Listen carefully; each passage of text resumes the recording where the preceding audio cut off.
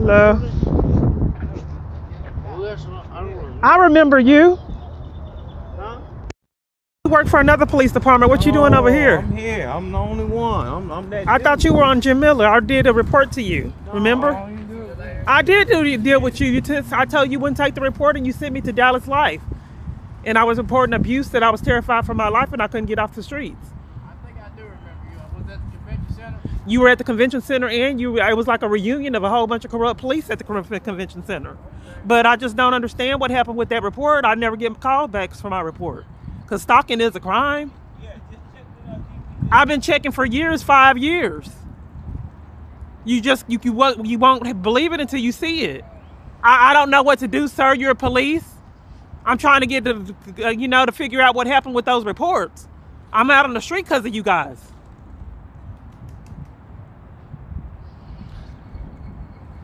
They don't want to talk about it. Stalking's a crime. He was at the convention center and at Jim Miller, and like I was saying, it was like a reunion at the convention center that they schemed to put me out there of corrupt police. I knew all of them. It was a lot of police there and marshals. I was wondering that, who do they think is in here? The government officials? What do they think, the president's here? There must have been like 30, 40 police. So, you got to see it to believe it. He don't want to talk about it. They never do. But if he's stalking me, like I have said, and you knew I was mentally ill, that's a crime. Why is he here? Why do I recognize him? There's a lot of police. They keep showing up in my environments. But now at least the arrests stop, because they used to arrest me. Now they just stalk and intimidate.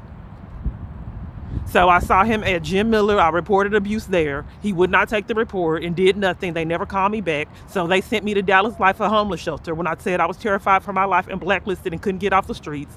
Dallas Life schemed and put me out the next day for asking for shoes and the Wi-Fi password. She was in another video at 7-Eleven stalking, a gang full of stalkers, where the police said D Coffee said he was going to arrest me for trying to buy a cup of coffee. I asked him what I did wrong. He said he was going to take me to jail. I can put that in the feed too. So I went there, asked for help, never got it. They never called me back, never did a follow-up. Sent me to Dallas Life, a homeless shelter, terrified for my life. I slept on the floor for one night. They had a pallet for me made on the floor. Then he was at the convention center. It was causing havoc there. I got threatened at the convention center. They threatened to put me out for getting threatened. Then I had the battery pack stolen. They stole the battery pack because I kept recording them. And the Lord knows what they would have done if I wouldn't have picked up my phone. It stops a lot. I was catching the bus. You're going to jail. What are you talking about? I wasn't recording them. For catching the bus. How am I going to jail for catching the bus? You have a criminal trust. How? You have never told me about a criminal trust. They didn't care. You see it for yourself.